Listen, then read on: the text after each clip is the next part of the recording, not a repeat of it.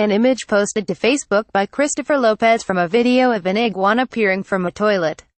The video was the latest work of the viral media hoax artist Zardulu. Christopher Lopez, one of the most widely viewed pieces during Miami Art Week, the annual spectacle that ended on Sunday, was not to be found at the International Art Fair, Art Basel, Miami Beach, or any of the galleries around town. It was a news story broadcast by the Spanish-language network Telemundo on its affiliate stations in Miami and Puerto Rico. In it, a man from the Miami suburb of Hialeah goes to the bathroom and gives out a yelp. The video implies that when he sat on the toilet, he was bitten on the genitals by an iguana that crawled through the pipes. The shaky footage shows the iguana peering out of the toilet and the man's grandmother screaming as she chases it with a hairbrush. For a family from Hialeah, it was a nightmare that still has them in fear, the newscaster says.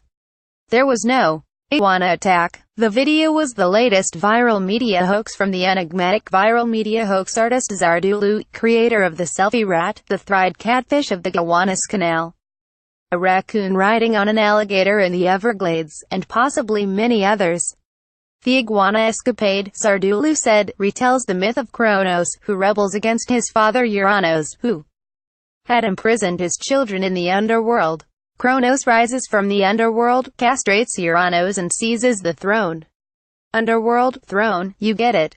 Zardulu's piece is called The Usurpation of Uranos, not that you could find it in any official catalog at the art shows. The video had no physical presence at the events, but Zardulu declared it a guerrilla submission, creating it to capitalize on the publicity the events garner. In recent days, the November 30th Telemundo story was picked up by news sites across Florida, by the British BuzzFeed-like site Unilad, and by sites in Vietnam, Poland, Cuba and elsewhere. The thried fish created by the artist Zardulu. Chang W. Lee, The New York Times. And because Florida really has seen a rash of iguanas emerging from toilets, Zardulu's work fit with a larger narrative, which made it seem more plausible. How do so many iguanas get in Florida toilet bowls? Asked the headline in an article in the Tampa Bay Times on Tuesday.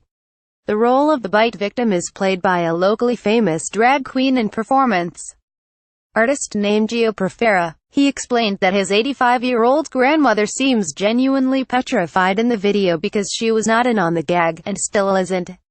Mr. Perfera, who lives with his grandmother, said that she was used to him having people over to the house for photo shoots and did not suspect anything strange when a cameraman, Christopher Lopez, and a man with a backpack came over.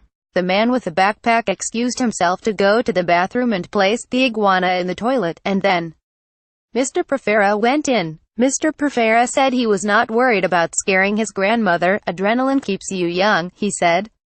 As always, Zardulu's work requires the collaboration of unwitting news organizations. Mr. Lopez said he approached Telemundo with his footage because, as a company, they'd rather not check the facts.